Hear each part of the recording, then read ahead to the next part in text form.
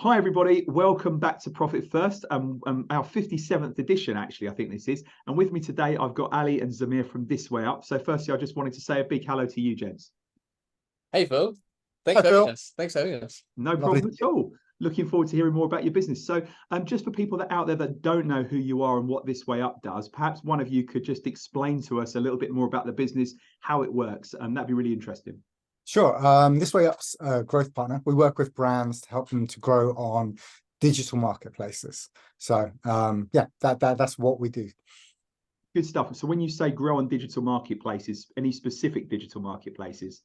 So both of us actually started our own businesses on Amazon. In fact, I met Ali doing an interview backstage just before we went on stage with Amazon in 2015. I heard him giving this interview and I thought I have to know this guy. It sounds amazing. It's a phenomenal origin story. And we both kind of from that point hit it off, and we collaborated with our own businesses on our Amazon processes.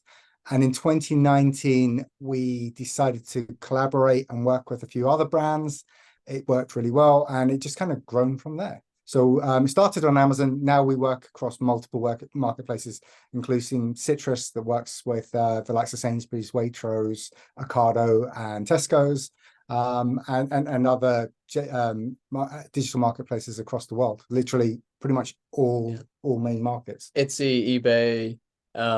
We're the UK partner for Alibaba, so anyone who wants to export. Okay. Yeah. Walmart in the US. Walmart in the US. Yeah. And a Miracle for anyone who wants to get into supermarket on websites as well.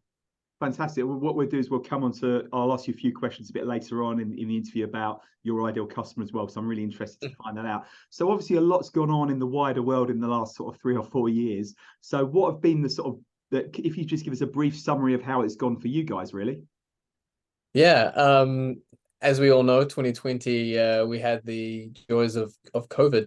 And all the lockdowns, but that interestingly just worked in our favor. We had just registered the company just before Christmas the year before, and we had these plans where Zamir and I were gonna on the side just gonna relax approach to things. But then COVID hit and everybody wanted to be online, and so our team of Zamir and I became a team of 10. Our goal of having 8 brands became a team. We had a cohort of around just under 20 brands by the end of the year, and that was the big change for us, a rapid growth.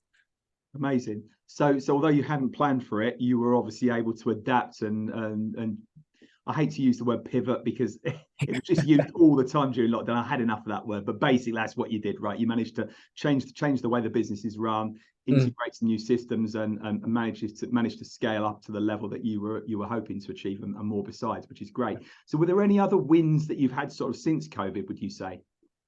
Yeah, I think it's kind of just moved on. I think moving out of COVID was a bit of an adjustment. And I think that's because we're very much, our results reflect our brands. And so during COVID, they were exceptional because everyone was shopping online.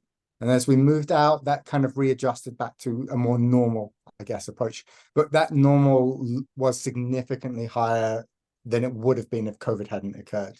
We very much, when you look at the numbers, I think as a society, specifically in the UK, we've probably advanced in terms of online by about 10 years. We're now hitting the figures if we'd not had COVID, we'd have anticipated seeing in the early 2030s. That's what we kind of have now.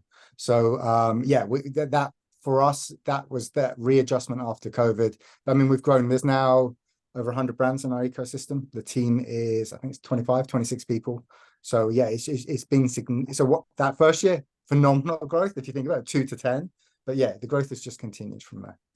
Amazing. One of the things on that as well is the brands wins become our wins. So we a lot of people kind of their approach to agency or consultancy is kind of almost like a hired gun sometimes. And so, but Zamir and I run our own companies, and our approach has been to think of the brand. So when the brands win, we get really pumped and we get really excited because we kind of feel like we've won as well. And our remuneration is also very much tied into their performance. So yeah, that we both benefit from it. It's mutually beneficial. That's good. It's good to see that, because not everyone's business model ties in with their customers' success, right? I love that. I think that's amazing. So what would you say your biggest challenge has been in terms of scaling up to the level that you have done?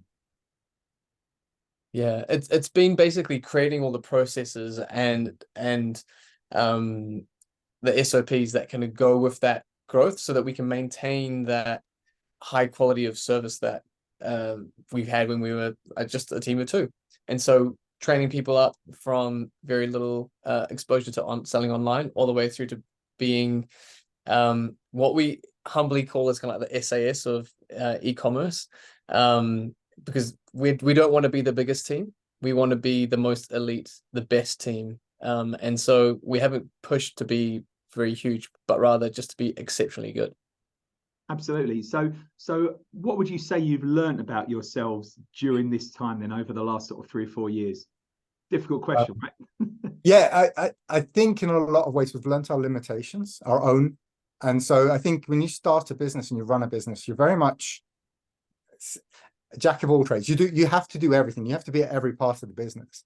But when it came to scaling, we needed to bring people in. And what we realized is actually there are a number of areas where we're good, but we're not the best. We're not expert. And so it's understanding, seeing that, and bringing experts into each of those areas, and learning to do that, learning to hand that over. Yeah, and also just learning to hire the best talent, just figuring that out. So some approaches, and in my previous business, our approach has been to start somewhere cheaper, somewhere with less exposure, or maybe not quite as skilled, and train them up. But we found that for us, a big lesson has just been hire the best, and just it accelerates things a lot faster.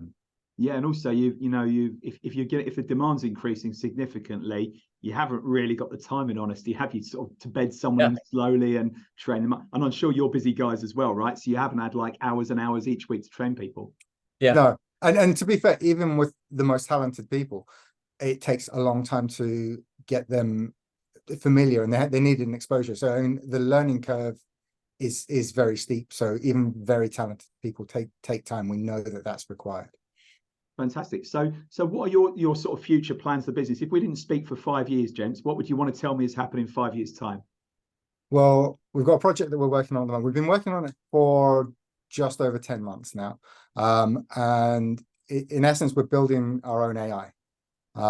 And it's something, again, coming from the idea of working with the best. So we work with a huge amount of data. And when there is the one thing about digital marketing as a space in e-commerce is there's a ton of data, and it's only growing, the number of metrics, the amount of data that you have access to. And as that happens, you need to get more sophisticated with how you ask questions, interrogate it, and analyze it. And AI gives us a really strong opportunity to be able to query large pools of data very rapidly and get really actionable responses. But obviously it's very early days. So what we did is we went out, we looked for, we find out who's best when it comes to AI. It's still, at the moment, it's very much academic institutions. And we found in the UK, University of Edinburgh is one of the top 5 academic institutions when it comes to AI. Globally. Yeah, globally. They've had an AI department for the last 30 years. And so we've collaborated. So we've got ThisWayUp Analytics, which is a collaboration between us and one of the directors of EDINA, which is the University of Edinburgh's kind of AI specialist department. And we're building our own AI. We're in the middle of training that. We're doing some really deep learning training on that now. And the initial results are really impressive. So yeah, the idea is that this software will end up changing the way that people approach e-commerce, because the amount of data it can process and the way that you can interact with it, just like any other kind of chat AI, will phenomenally just change everything. And it will look at everything from the weather through to consumer behavior, to your competitors, your own metrics and your own internal capacities, and give you the best path for growth. And so we think this is going to be amazing. It's going to augment every business that wants to access e-commerce. I saw it just takes me back. It's to something I read about, must have been about 6 or 7 years ago, where it was predicting whether a lady was pregnant based on her consumer habits, what she's actually bought, and then started feeding her sort of maternity wear and stuff like that. And she's thinking, I'm not pregnant. Why are they feeding me that? And then she finds out she's pregnant 2 weeks later. She goes, how did they know that? That's know. Yeah, I've got no idea how that happens, by the way. I'd love to share that with you and everyone else, but I've got no idea. Very, very, very clever. So yeah, when you said the AI department was set up 30 years ago, I was thinking, really, that blows my mind, because I didn't even know what the letters stood for 30 years ago. In fact, I'll be honest with you, I don't think I knew what they stood for 10 years ago. So that shows how in the dark ages I am. So guys, who is your sort of ideal? I know you've got a breadth of clients. One of my clients has had some significant success with you, which is great. But who would be your sort of ideal client, the creme de la creme client that you'd be looking to meet? They vary. They don't have to be a big company. Yeah. They just have to be a business that believes in e-commerce. Because if we have to convince them that e-commerce or marketplaces are the future, then probably not the best team for them. And they need to be able to or have the mindset that it takes a little bit of time to get a profitable e-commerce distribution channel. It can take about 6 to 8 months, but once it happens, then it can scale and grow really quickly. And so if they come to us with those two kind of mindsets and the ability to kind of action on those, then we're the partner for them. They don't have to be the most famous brands either. In fact, some of the companies that we support, they do multi-million revenue, so millions and millions of pounds in revenue, and there'll be companies you've never heard of before, but they sell towels or piercings or belts. Yeah, exactly. I mean, my client, the brand was unknown to start off with, so it was a startup basically, even though he's not a startup himself. So okay, so are you restricted in certain? Is it basically any product that could be sold by e-commerce is what you're looking for? Generally, the Amazon itself. So we're growth partners. So when we meet a brand, we will assess where can they best sell their products, and we'll recommend those channels to them. We'll support them in actually getting onto the platforms and selling on them. Some platforms, for example, Amazon doesn't do chilled products well, so we'll look for other platforms they can succeed on. We do coaching, so if they haven't even hit retail yet, then we might help them with retail with the view that we can help them with citrus later on. So it depends on the business, but that's part of that growth partner mindset. So they'll come into us. This is the product. We have the capacity to grow, but we need ability to access customers, and then we'll work with them to try and achieve that. When they cap out on a certain distribution channel, we may circle back and look at how can we help them optimize their cost of goods or something else to make them more profitable as well. So once they max out a market, it won't be the end of the journey together. It'll be, how can we, now that we've kind of got here, how can we make you more profitable? So we'll circle back as well sometimes. Amazing. So how can they best reach you then? If there's someone, I suppose the people that are watching this right now are maybe thinking, well, actually, I've got a product that I need to shift on Amazon, or I need to understand how I can make it work, and I need a partner to help me bring it to market and succeed. Or maybe there's someone out there right now thinking, I've actually got a client or someone I know that might be a great introduction to ThisWayUp. How can either of those two parties reach you guys? Yeah, so you can find us on our website, ThisWayUp.online. That's our website. Super, and there's a little contact form. Get in touch, or if you're on LinkedIn, you can find our page, ThisWayUp Online, and just message through there. Those are the easiest channels to get in touch with us. Otherwise, I'll keep my eyes out for a smoke signal or a pigeon in the post.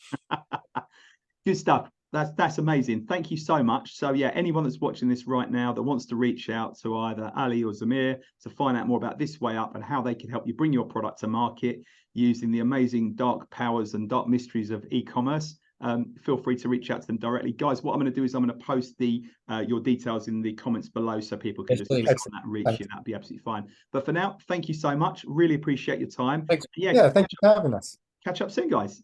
Yeah. Cheers. Take care. Take care. Bye.